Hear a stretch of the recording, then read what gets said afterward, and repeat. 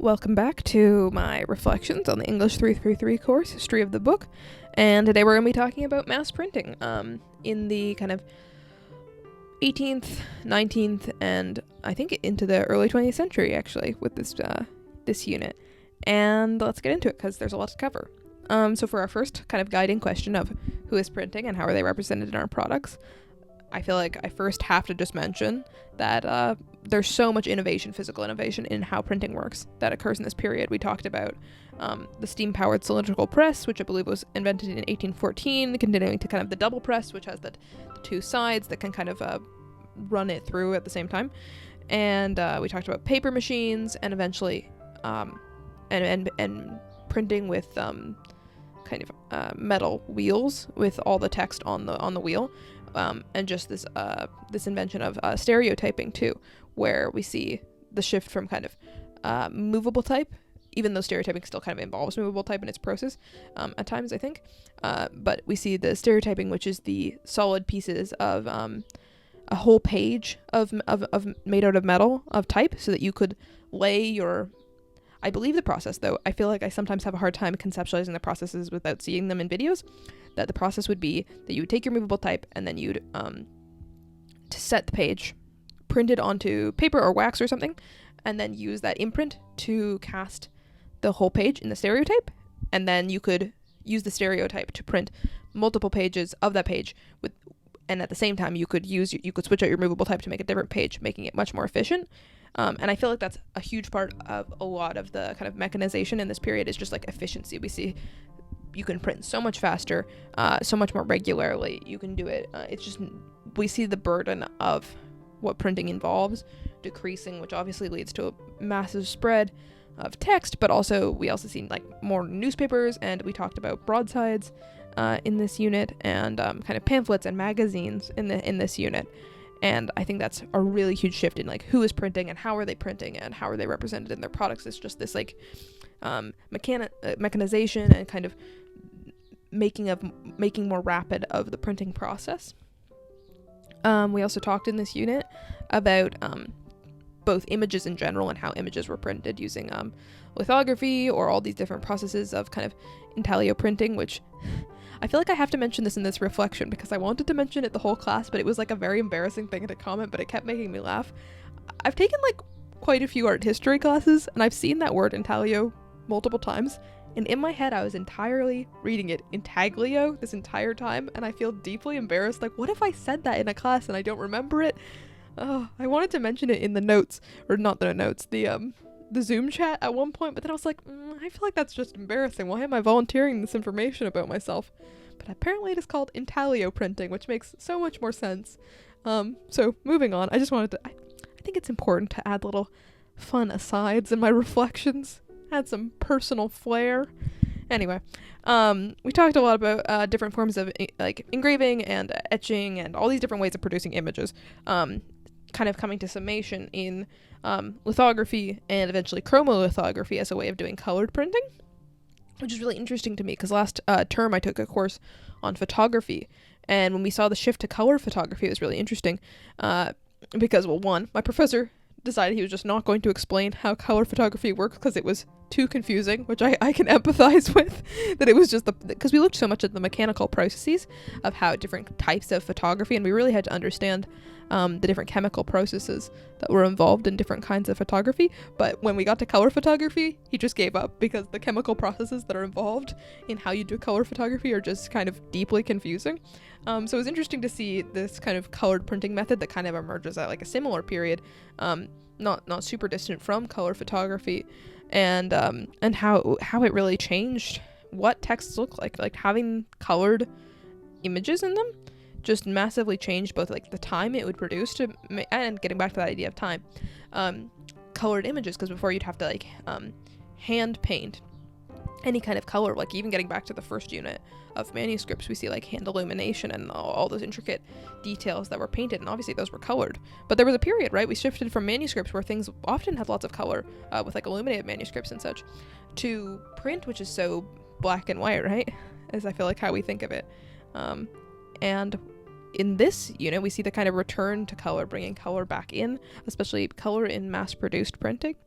And some of the examples we looked at are kind of influenced by the growing interest in the decorative arts that started in the mid-19th century. So we looked at like Owen Jones's The Grammar of Ornament, which had all those different patterns from around the world of color printing, of all these different kind of patterns from all over the world for kind of decorative work, as we looked at the kind of emergence of the arts and crafts movement eventually. So moving on to the question of who's reading and what do books mean to them as objects.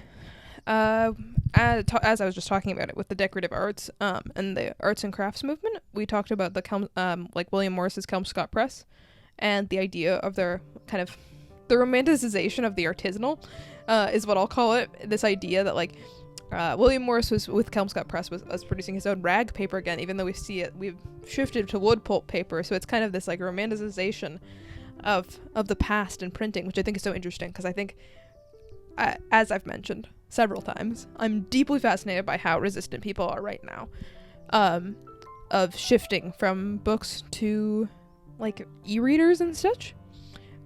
Which I don't mean to seem like I don't appreciate books. I love the physical book. I have like a good collection of specifically like kind of late 19th century books that I absolutely love the covers of. And I love William Morris. His wallpapers are something that I really admire. In fact, today's animation is taken directly from a William Morris wallpaper. Read on the colors, and we've got the little birds in the William Morris wallpaper blinking at us.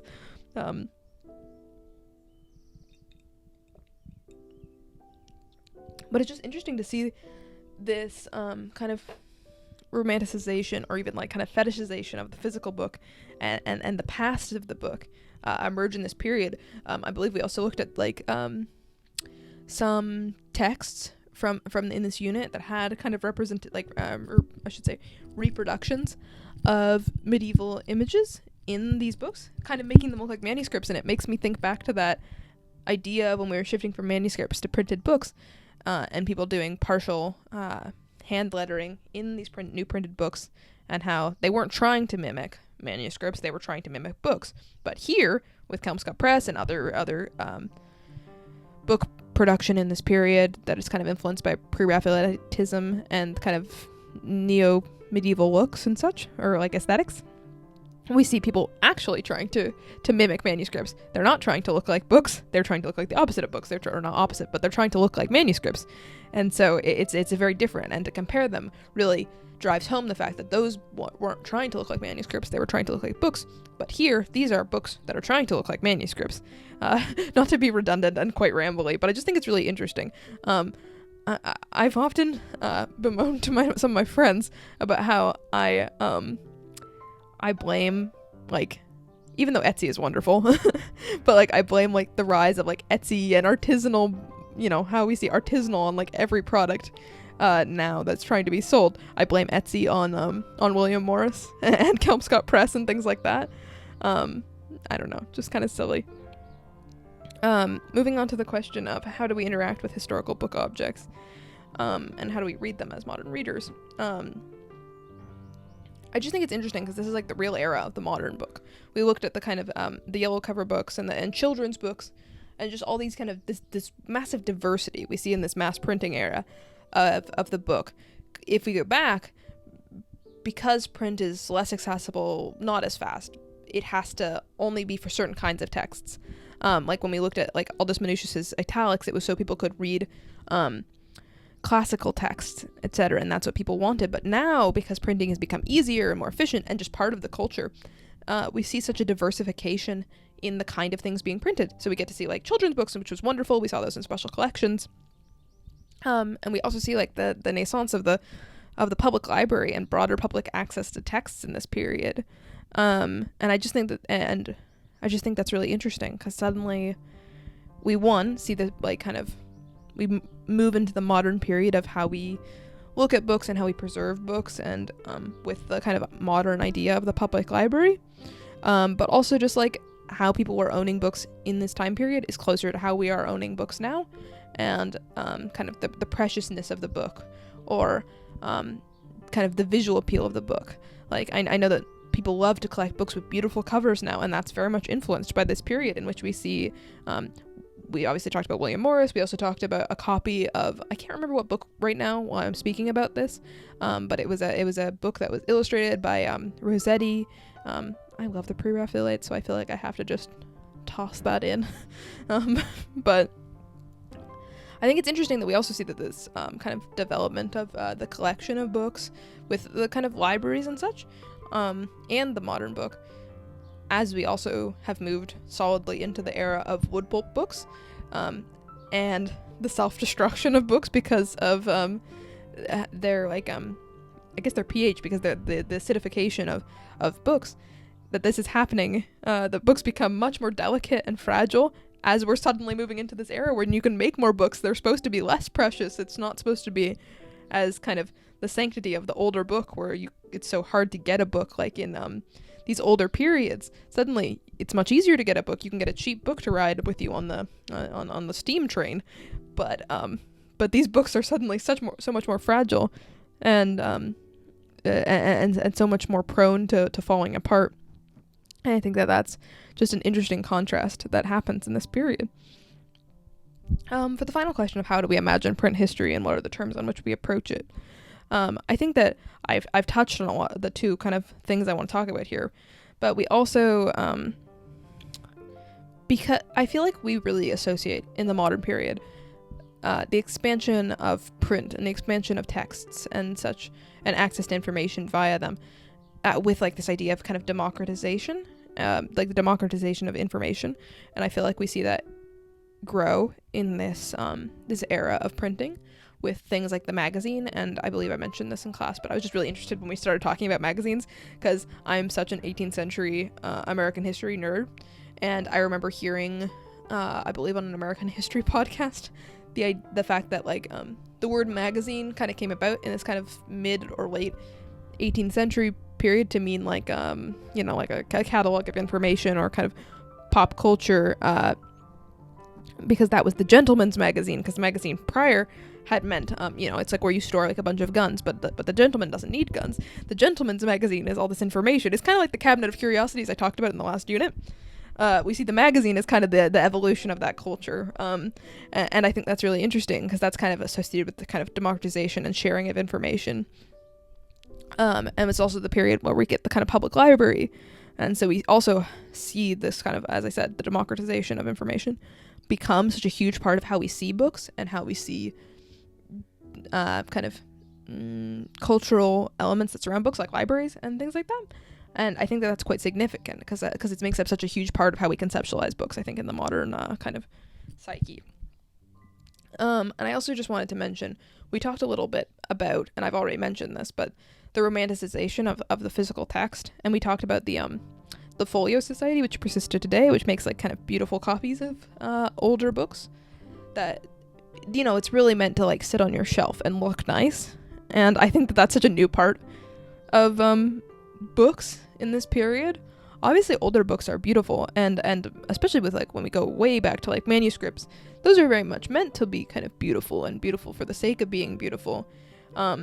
But I think it's just interesting in this kind of sudden period of mass production, these kind of acts of rebellion against mass-produced material, mass production culture, these ideas that like the book needs to be not just mass-produced but also beautiful, and the value of the beautiful book, I think is quite interesting. As I think that's, as I've mentioned about other topics in this period, it's really something that persists to this day. This mass printing unit really sets us up for like, what does the modern reader look like? What does the modern author look like? What does the modern book look like? And I think that like with Morris and his romanticization of the physical text, and that molds into why we want the beautiful book today, and like why we're so precious about pretty book covers and illustration. As someone who loves to do illustration, specifically kind of illustrated book covers, I see that like kind of my fascination in that is informed by a lot of the kind of cultural shifts we see in this period, and it's just really wonderful to be able to reflect on that. I mean, I know that these reflections have been kind of quite casual, and I hope that they don't come across as me just rambling about different topics from the course, because what I really want to do is just kind of sift through my ideas, because I'm someone who I love books, and I'm just trying to, and I really want to better reflect on my personal relationship to books as it relates to this history, which is why I don't mind sharing little anecdotes in here, because I'm just trying to go through my thought process, almost like some of the mind maps that were discussed in suggestions for this project, that like I just want to kind of mind map aloud on my own reflections on print and what feels important to me with takeaways from this class, and what stands out to me as important elements of this story of printing of books, this history of the book kind of story. And anyway, that's just what I want to kind of do with these recordings, and I hope that they can kind of serve as like a audio diary of my thoughts on this massive story of books, which make up such a huge and important part of our lives and our growth.